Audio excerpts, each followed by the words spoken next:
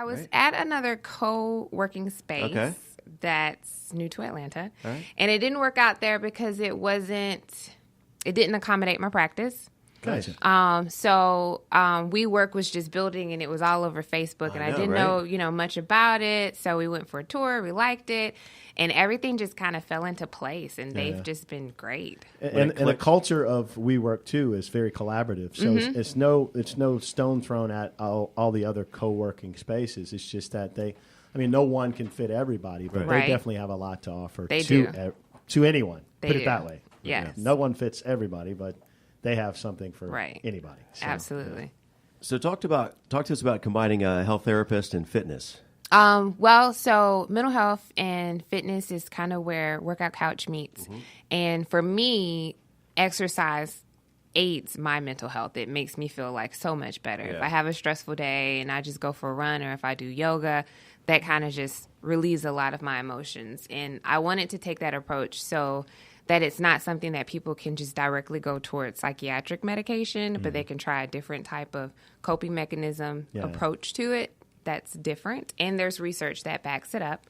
So I combine fitness training with mental health therapy. Gotcha. Well, I mean, it makes sense too. Your history, and we're holistic. We're mind, body, spirit. And so we can't unfortunately compartmentalize those, and they all affect the other. There's not one that does not affect the other. Absolutely. And it makes sense that.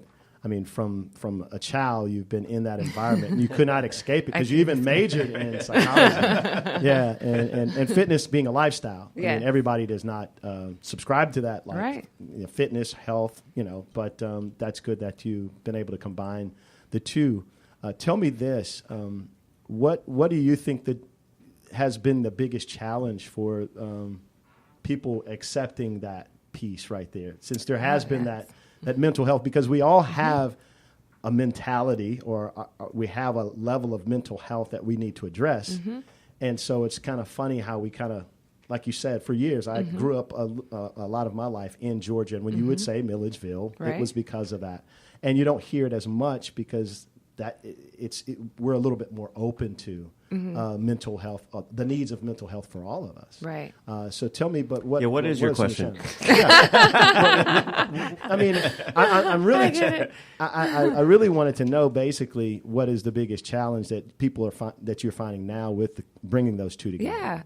The stigma of mental health, especially being in the South. Still. I have lots of friends that live in New York and California, and they have a therapist, and it's almost taboo to not have a therapist. Exactly. It's culturally, like I was talking to my therapist yesterday, but in the South, you are encouraged to go to a family friend or a minister before you're able to seek out someone who's actually trained in mental health. And that's the difficulty, especially, and not to say that it's some sort of ploy, but the Workout Couch has like a Trojan horse of fitness to gain people to understand that both go hand in hand. And it's just like going to see your PCP once a year for your annual checkup. You can go and get a mental health assessment once a year. They're both equally as important, especially with, like, mental health is real. With Orlando and everything that happened, it's legit. It occurs every day, and people need to be educated on what to look out for and how to encourage people to just see someone. That brings a point to mind as you educating folks what to look out for. So do you work with outside of that individual, with the folks that they interact with, family, business interactions? Because I've heard a number of stories where people are shocked that this family member, something triggered, and everybody's like in disbelief, like didn't see it coming. But are there telltale signs, or do you work with those folks to say, hey, here's some trigger points, or here's some observations you should be alerted with your kids, with coworkers, or whatever? Do you involve them, or is it mostly you're working with the actual individual? Everybody. It's a community effort.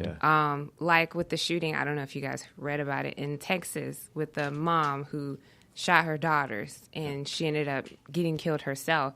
There were like signs, blatant signs that there were issues. Cops had been at the house, several months, but no one ever stepped up and said anything before something happened. So it's a community effort of people taking that extra step to say something is wrong and this person needs help. But I think a lot of times people hesitate. They don't want to get involved syndrome kind of thing, right? Yeah, they do. And it's unfortunate in today's society. But on another point, this idea of early on you talked about the exercise. Mm-hmm. I mean, correct me if I'm wrong, but it's the whole endorphins kicking in, right? Yes. And your mindset changes when when you're operating all the cylinders. Mm-hmm. And whereas if you're complacent, it kind of goes hand in hand, not with depression, but you just don't feel yourself sometimes, right? Right. You get that serotonin moving and you feel so much better. And even you just feel accomplished. Right. It does so much for your self-esteem. If you just do like a 5K walk, you feel so much better because you've done something and physically you feel better. And you could see the physical improvements in your body and your health. Right. Have you integrated technology in your offering? Not thus far, no. Oh, interesting. My website is workoutcouch.com, Instagram at workoutcouch, Facebook workout couch. Nice. Any of those social media outlets, I'm available. So do you have a couch over at WeWork? Or I do have a couch in you my do? office. Oh, yes. nice. I have to. We have to yeah. So we have to swing by. So you're on the first floor, yeah? Yes, okay, the nice. first floor. Yeah. Mm-hmm. All right, so stay tuned and hang tight just for a minute. We're going to turn our attention back to Brittany. So, Brittany, what's been going on over social media? It looks like you've been active over there. Yeah, I'm always hooked on my phone and always looking to see what's going on. So I love social media. So tell us your life story before we jump into the business conversation. My life story? Well, I say not as a small child, but prior to showing up today. What have you been up to? Well, a lot. But I'm originally from North Carolina. Okay. So Charlotte, I went to school in Durham, North Carolina Central University at HBCU. All right. I've been in Atlanta about 7 years now. Got my master's here in marketing management. Wow. From then on, I've always built brands. Like from the early Facebook stages, like in college, I had a passion for hosting. I wanted to originally be like a television host. Oh, really? So I did that like in high school, and like I had learned how to edit videos, like all those things. So trying to see if I can wrap this up. when I got to college, I had my own show on their local TV channel and radio show, and I kind of created like a movement, like showcasing all of the events that would go on campus. So it was called On the Yard with Brittany B. And so, I would interview students, and it kind of just transformed into this whole different thing. And I didn't know at the time in college I was building a brand, and I was using MySpace and Facebook and YouTube to get it out. That's when it first started. And so then after college, I was like, okay, I want to get into this some more. And people always ask me about, how I built a brand online. And so I was like, you know what? I'll create a consulting company. Nice. Consulting marketing company. And awesome. So Craig, I'm hearing a new show here coming to the Pro Business Channel with our video now added to our podcasting platform. So the branding bar with Brittany B. Yeah. I like We're going to bring it back. Branding bar. We're going to bring it back. Say that Thank 3 you. times. Right, exactly. I barely did it the first time. So, talk to us about your value proposition there and how you're helping people and their brands. So, I started off, I come from entertainment industry. So I started off doing PR, but then I got into, the social media.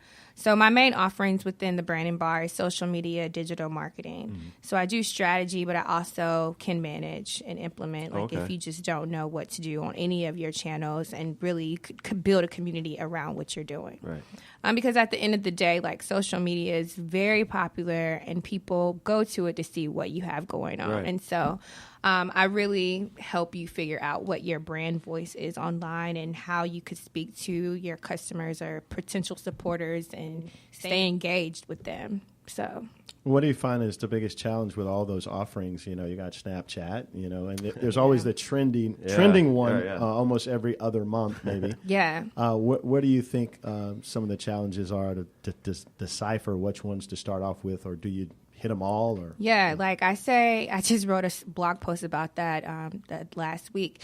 When you're starting a brand, you really don't know what platform your community will resonate with more, so you just want to go ahead and create all of your channels on all of your channels, your brand on That's all a of good the one. channels. I like that. Yeah. your brand on all of the channels and just kind of go from there to see which one works. Like for me, Instagram has been crazy for me. Like I have a community of like 21,000 people that just came out of nowhere and like that really just love what I put out there every day. So I say you just got to, hit every one and just see what works. Do you have a team that helps you with that, or you're doing all that by yourself? No, so I have 2 consultants that actually, because I have, I'm the founder, I'm out doing interviews, I'm trying to get business, I'm trying to figure out how to stay in business and get more clients. So I have 2 consultants that actually implement, because we get a lot of leads coming in from social media, Instagram, and people that want to work with the branding bar. And so I have people that can do the work, and I can do the work as well. So, what's your druther? If you had your druther, which one of those platforms would you prefer to just focus on if you just had one?